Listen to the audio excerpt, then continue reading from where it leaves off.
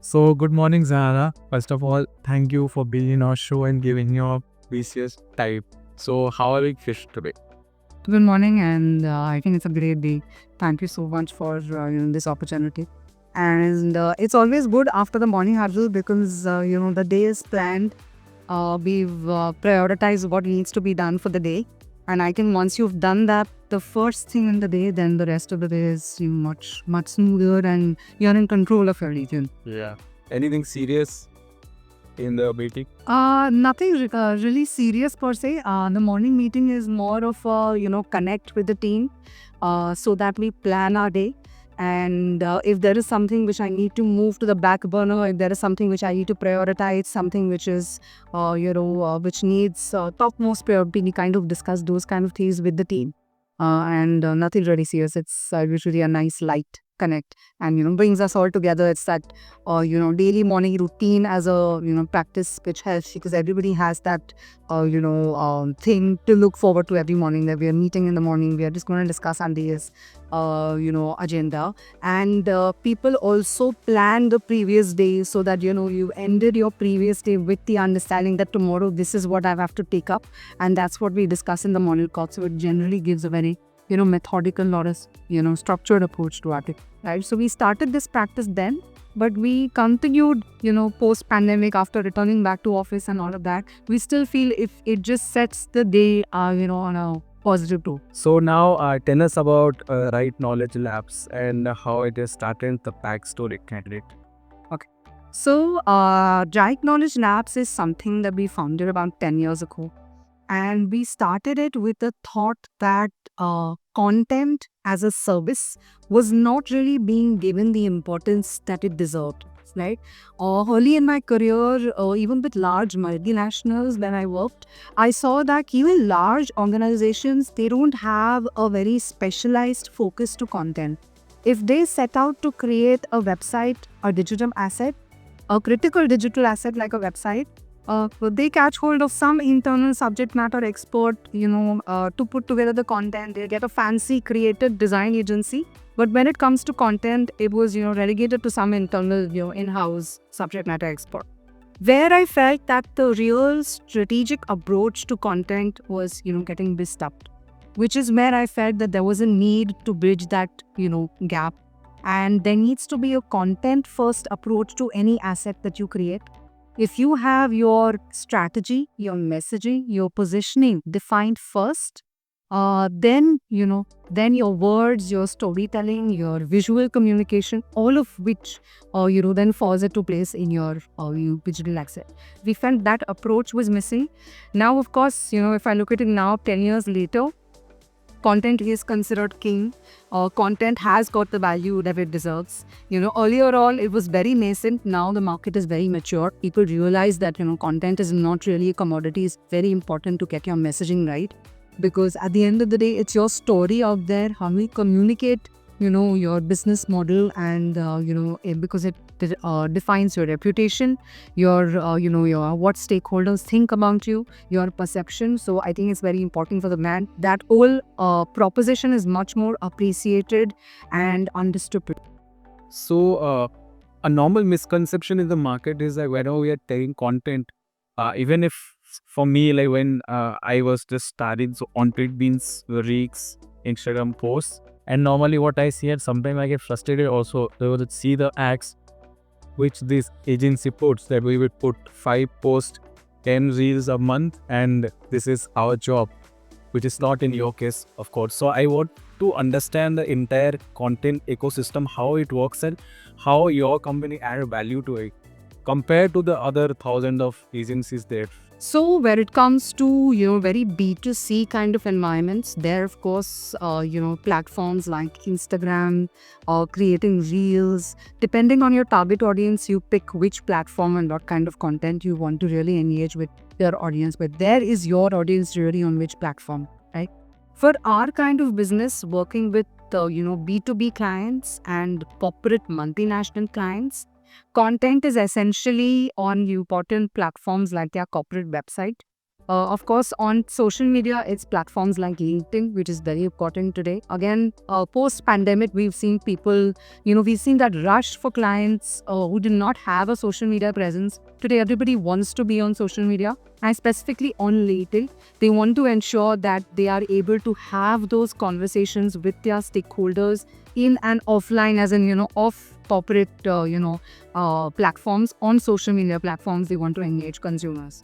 Right? So our content is more of B2B content, more focused on platforms like LinkedIn and also YouTube in terms of video content is something that we're focusing on now, because if you see videos garner a lot more engagement, than just static content. But it's platforms like LinkedIn for B2B clients for us. And the differentiator that we really bring in is, we come with a very thought leadership approach. Right? At the end of the day, we believe that content builds credibility. Right? So for any brand, it's very important to be able to project that sense of authority and highlight that expertise to be able to create a thought leadership kind of mindset. It's not frivolous, it's not gimmickry. It's very solid business storytelling led thought leadership is what we focus on, which is why customers come to us.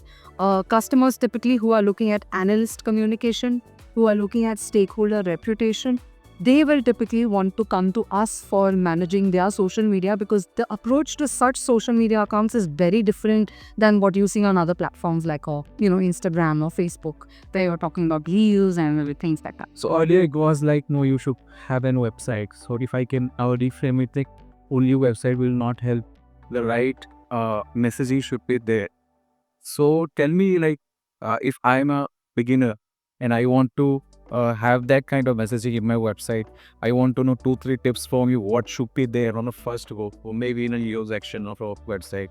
Can you tell me 2-3 tips? Yeah.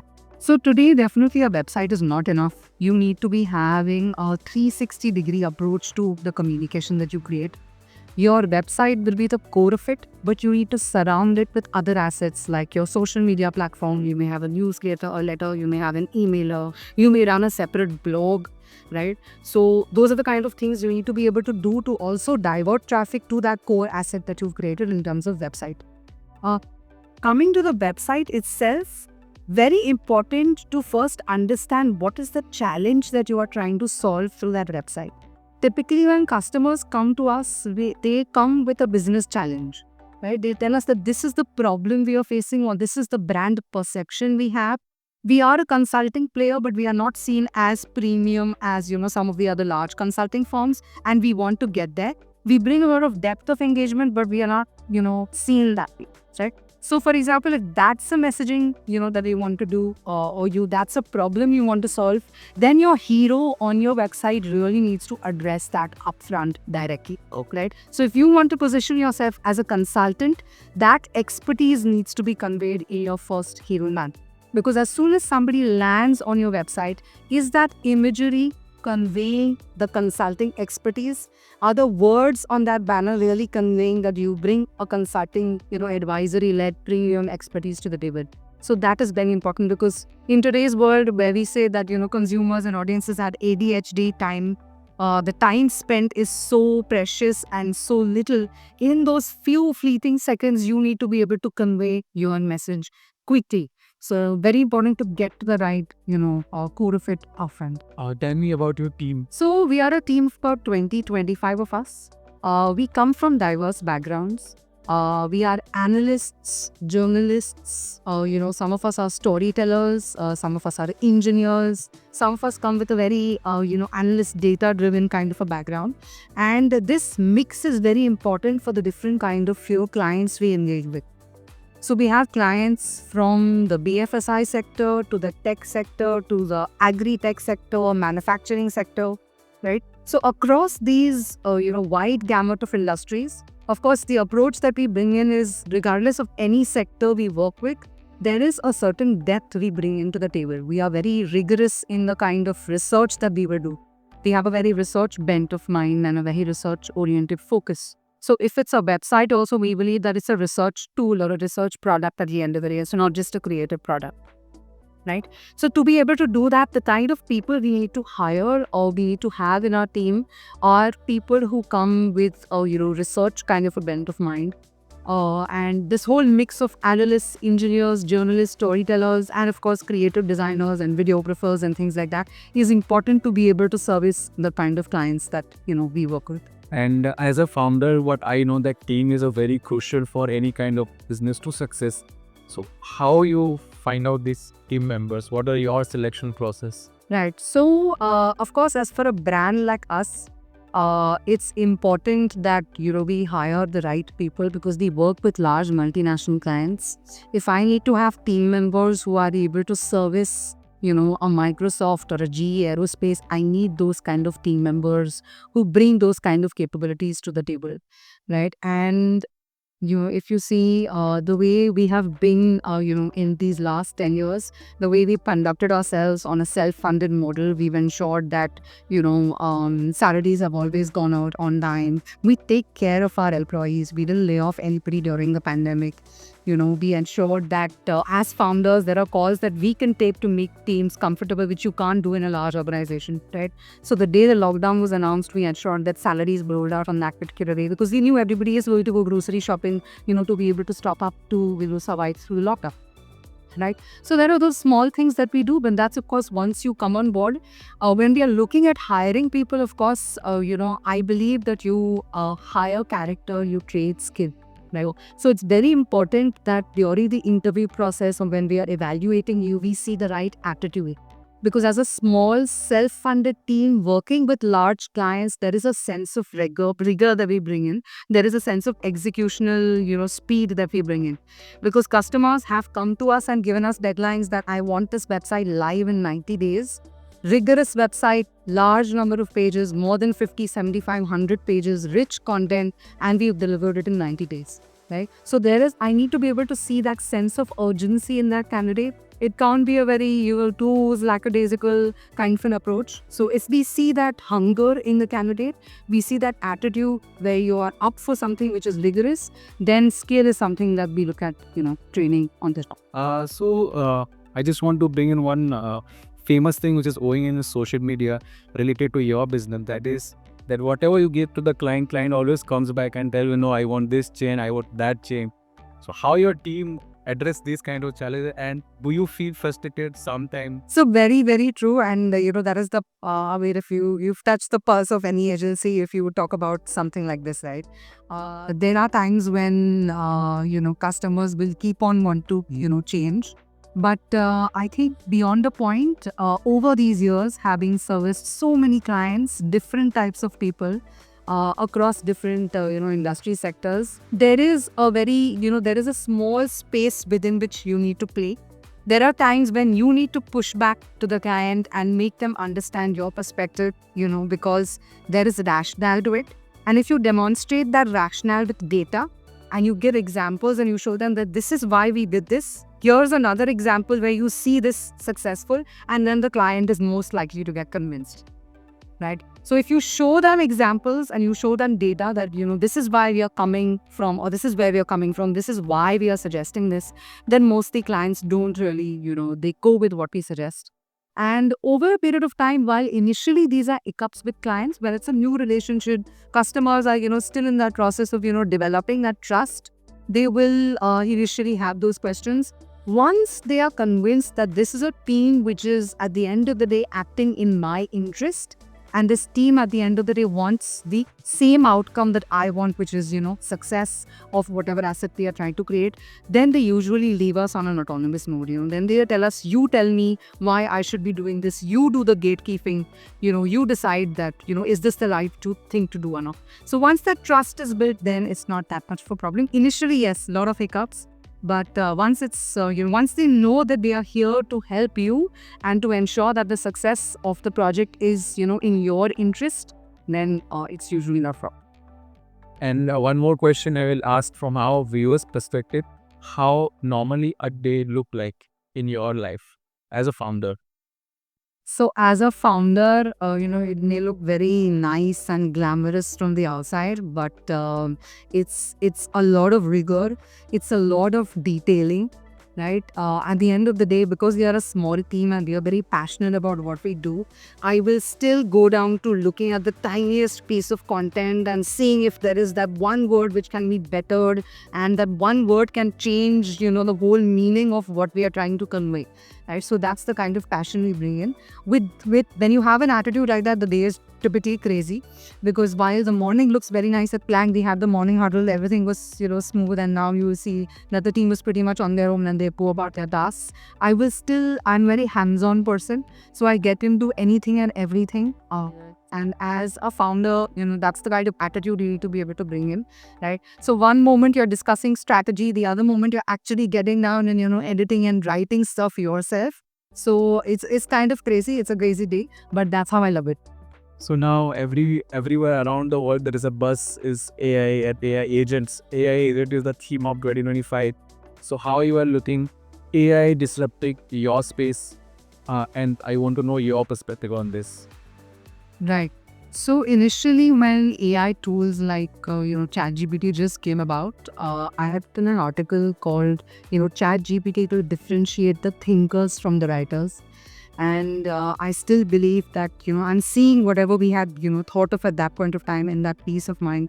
I'm seeing it happen today, right? So of course there are advantages. There are people who did not or do not have those skills to be able to communicate or write something. With their ideas and thoughts, they are able to generate something which is able to convey the ideas in a much more polished way than they would be with their own skills. So that is one, definitely.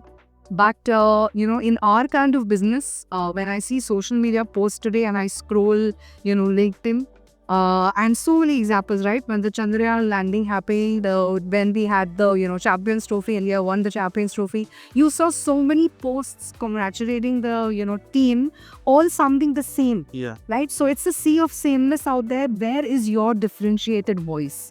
Which I think is going to be which is the differentiator. We have customers who tell us that we want you to run the content through zero GPT. We want to ensure this is not Chat GPT, because if it's a large multinational brand, they don't want to be in a situation where they posted something which is very similar to what everybody is saying. That unique voice, authentic voice needs to come out. Correct. Right? So it's a great tool, to increase productivity, in the sense that if you're looking at a framework, right, of some sort of a documentation or some sort of a blog, and you give it some ideas, it'll draw out that free curve for you, which is a great start. So it gives you a head start for sure.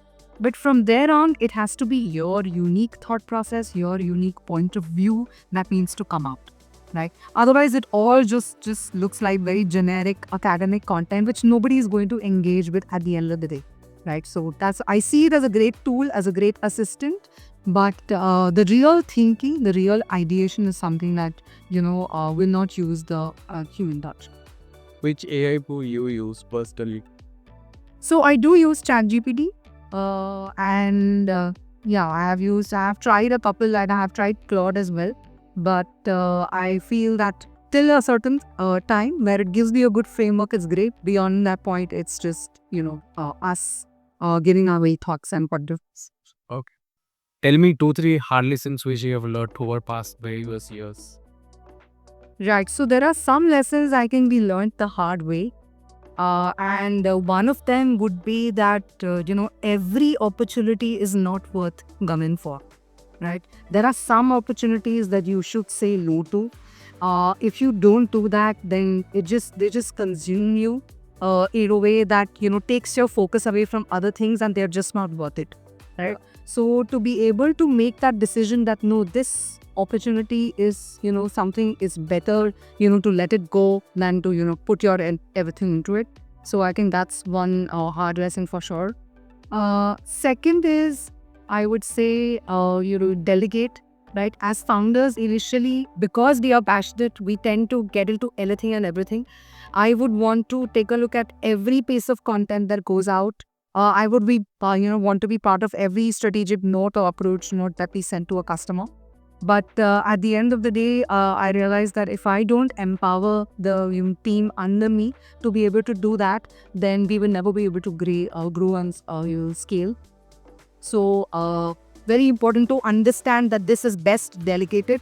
and get somebody who can do that better than you, and you focus on something else where you do really add value. So that is something you learn over a period of time as an entrepreneur. Initially you're doing everything, you want to do everything, but then you realize that's not the way to scale. So great. It was a nice session with you and nice time spent in your office. So we wish you all the best and thanks for your precious time again. Thank you, Ashish. It was wonderful having you here, and it was great conversation. Thank you.